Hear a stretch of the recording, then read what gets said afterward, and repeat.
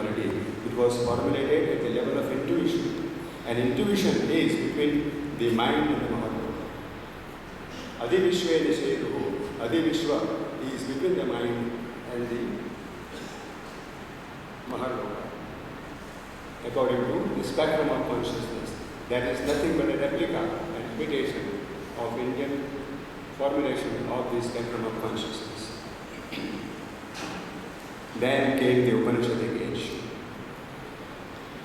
Upanishadic age is little easier for us to understand because it is not written in a mystic language. It is not written in a pratikarma bhasha. It is written in a language which we can understand. So we can say that the spiritual knowledge which was formulated at the level of intuition percolated down into the mind, and the silent mind received this knowledge and explained and expounded this knowledge in the mantras of the Upanishads. We are known, India is known of our spirituality in the West by the Upanishads. There are about 11 or 12 Upanishads. We will not go into that. But the point is that the age of Upanishads is the descent of the spiritual knowledge which was formulated at the level of intuition into the mind, into the receiving mind, not yet intellectual mind, the silent mind.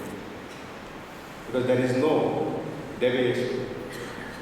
It is pure reception of the spirituality into the mind, and therefore mind formulating this spirituality in terms of Upanishads. Upanishad says, we have heard these from the previous saints and sages. So many times it says like this. So there is a continuity between the Veda and the Upanishad.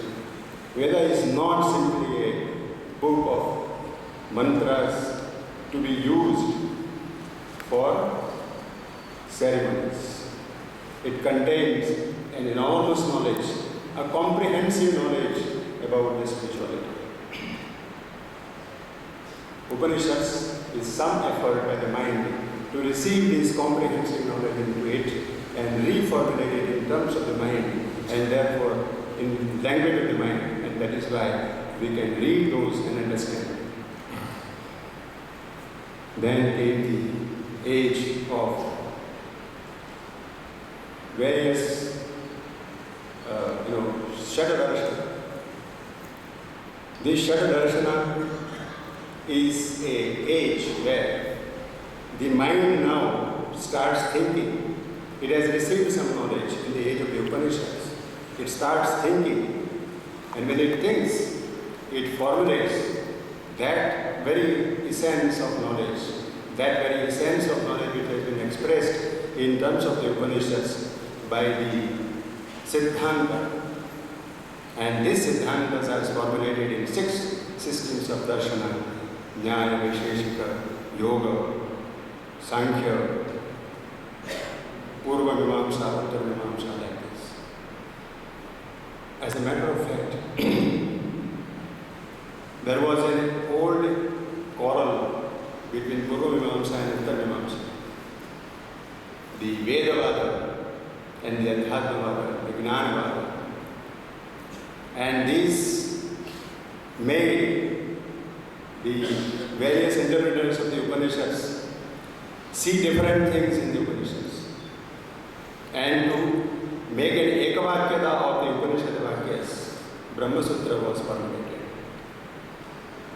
Brahma Sutra is not expounding a new theory, new knowledge. It is trying to correlate and create an harmony in the Upanishadic law. Whatever Upanishad says, whatever Adhyatma Shastra says, Gita, other Shastras, an Ekavakyata and harmonization of this into the Brahman is the work of Brahma Sutra. So, Upanishad and Shatadarsana. Shatadarsana is again the thinking of the mind, and therefore when mind starts thinking, mind cannot have comprehension. That comprehension synthesis is not of that level, which when the silent mind receives it, or when you rise to an intuition level, and at the intuition level you formulate the knowledge. It is not as wide as at the intuition level. So when mind starts thinking, it formulates the whole knowledge in different systems. And these different systems have different opinions. They have different kind of formulations. They have different things. Then Uttar Mimamsa, Brahma Sutra and Upanishads, they again, people started thinking about it. And we have the first Acharya, Gaudapada Acharya, then Shankaracharya, then all others. Gaudapada Acharya Jativad.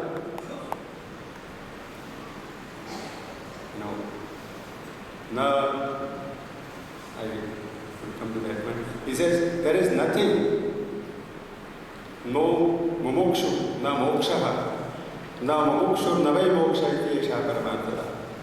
In the Karika, he says like this. Now, this is an extreme view of the world, because the percipient himself is lost. He negates the percipient himself.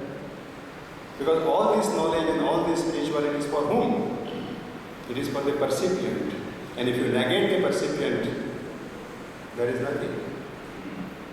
So that was the first formulation of the Uttar Mimamsa in terms of Gaudapada's Karikas.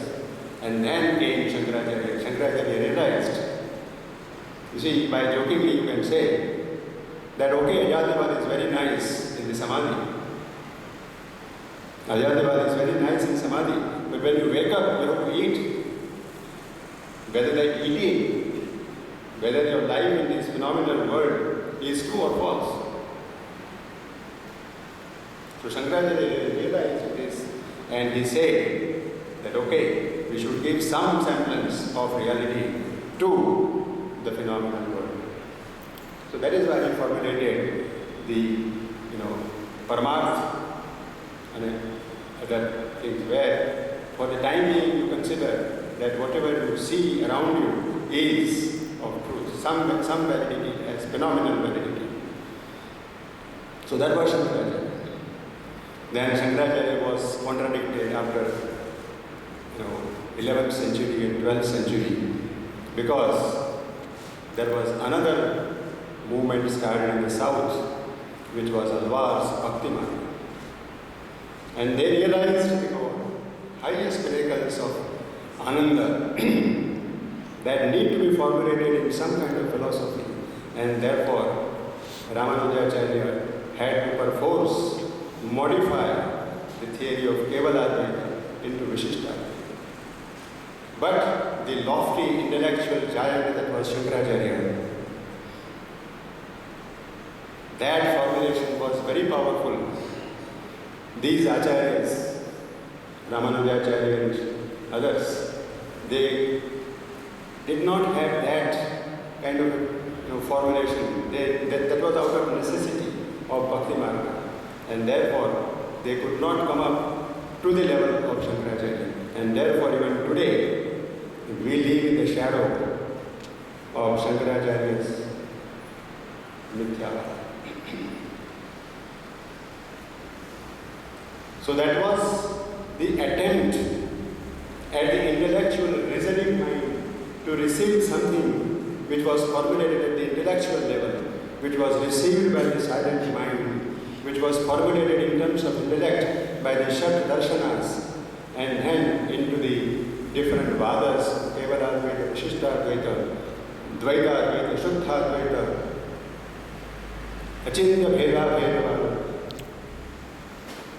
All these are nothing else but the exercise of Indian intellect, Indian reasoning mind to formulate something which was already formulated by the Vedas at the intuition level most comprehensively. But all these markers ultimately lead to one truth, and therefore in the Ramayana, I don't know whether it is Ramayana or not, but there is a sloka which Rama says to Hanuman, what is the relationship between you and me? And Hanuman says,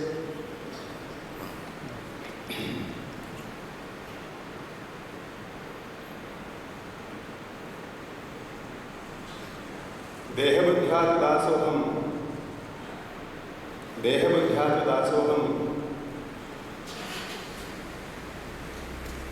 Jiva buddhya padam shakah, Atma buddhya tvameva, iti me matanishta.